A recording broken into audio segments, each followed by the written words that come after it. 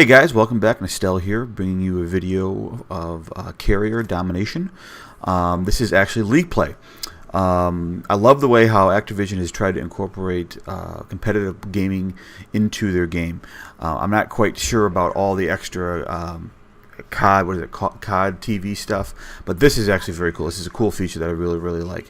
This is competitive play in a public matching, public gaming. Pub matches, that kind of stuff. They made it a way to be competitive without having to do the whole sign up for the game battles and be as hardcore as that can be. This is a way to do that still competitively, but yet still be casual about it.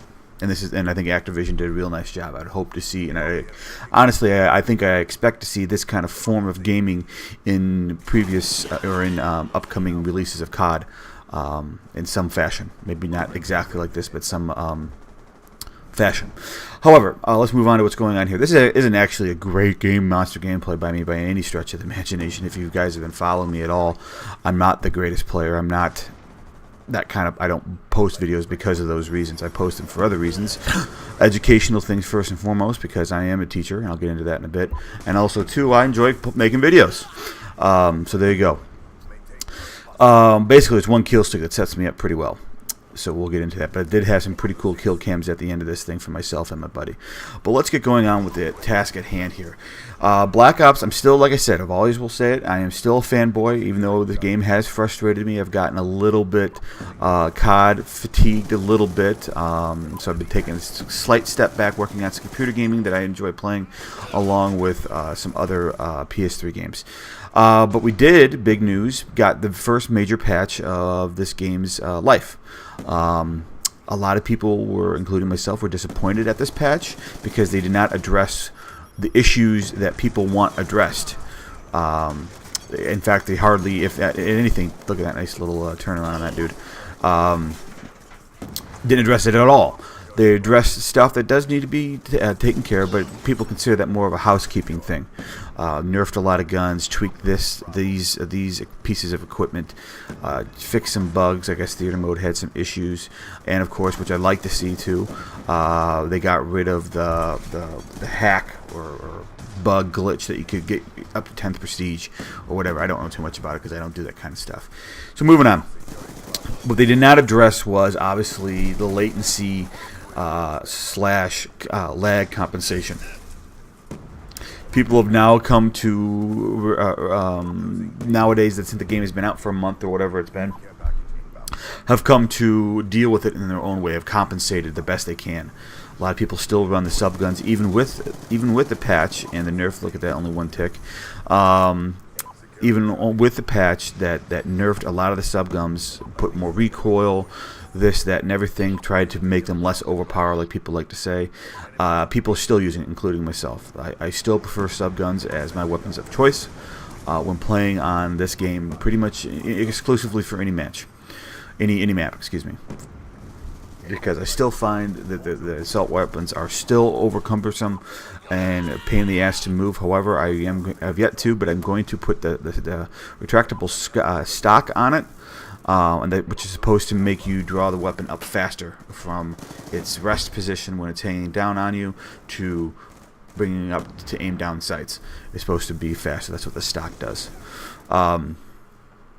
Actually, I actually used a stock when I was in the military, retractable stock in my M4s, which is a smaller version of the M16, if you know, to be not so military-like.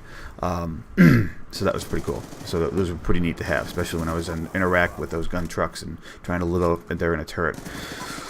And so it was nice to have that. So anyways, here's me with some awesome killing.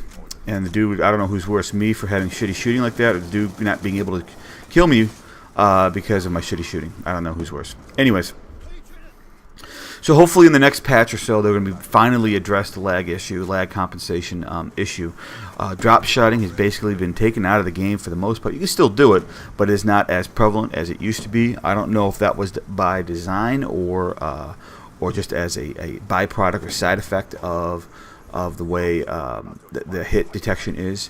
It pretty much only takes about 3 to 4 ticks to kill somebody, which definitely is not what it was in Black Ops first time around, which makes me think this was done by design, because the big knock against, well, people thought it was a knock against Black Ops 1 was the fact that people could turn on you so quickly because you didn't die as fast. So they've really swung the other way now on the opposite side of the spectrum. So we'll see how that plays out in later. But here's a cool kill cam. This is pretty neat. This is I forget what the damn kill streak is, but my buddy Tyler, I believe, or no, it's not Tyler. I thought it was Tyler, but it's kind of cool kill cam. We got a double kill off that. Now let's move on to now in the second round. Let's stop talking about Black Ops, and I'll talk a little bit about me. So what's been going on with me? I know you guys haven't seen me like in 8 months. I haven't posted a COD video in forever. Was posting a few PC games for a while, and I still have an inclination to do that, but that's a lot of work and a lot of time, very time consuming. So I don't know how often I'll be able to do that, especially with work. Well, since my last posting, or second to last posting, and now, I have graduated college with my special education degree, and I'm now working full-time in Chicago Public School District, which I work inside Chicago, which is kind of cool. First job as a teacher and really loving it. Pretty can be very stressful, as you imagine teaching can be, especially inner city, but I love it. Also, too, I've moved. I'm not living in cornfields anymore. I'm living in a pretty populated area, the first major suburb outside of Chicago. I work in Chicago, so I live near Chicago. I don't live inside the Chicago city limits, but I live pretty dang close. So that's pretty cool. The wife, she's got a job at the same school as me. She's the school's music teacher, and I'm one of a couple special educators in the school as well. So we both carpool there and back every day. That has its benefits, and as you can imagine, has its downsides. I can talk about that at a later video if you guys would like to hear more about that kind of stuff. So life has been pretty well for me, and people that kids that are graduating, the majority of the viewers or whatever are people that are still in high school. And if you're not sure about college, I'm not saying college is for everyone, but I have a firm believer that anybody can go to college, anybody can get a degree. It's all about the drive, and if you're still on the fence, hey, am I going to go to college or not? You have to. I'm not saying that you'll never get a job, but the likelihood of you getting an actual quote-unquote career job versus maybe working at McDonald's for 17 years of your life is increased exponentially if you have a college degree, a 4-year degree, even a 2-year degree. I have a buddy of mine, this is my own personal life. When I was in high school, worked at for my sophomore year, so this was in 2007. I worked at Walmart as a cart pusher, and a friend of mine, not really a friend, but a person I was in my class, same grade as me in the same school. She got a job there too at Walmart. Never went to college at all. Time travel till now. This is about how many years later? She's still working there, still making crappy money. I'm making 3 times as much money as she's making, and I have a college degree. I'm just saying, I'm not trying to put her on show that I'm better than her, but I'm just letting you know that if you want to make sure that you have good job security, and make sure you have a good job too, you have got to go to college and get some kind of sort of formal education outside of high school.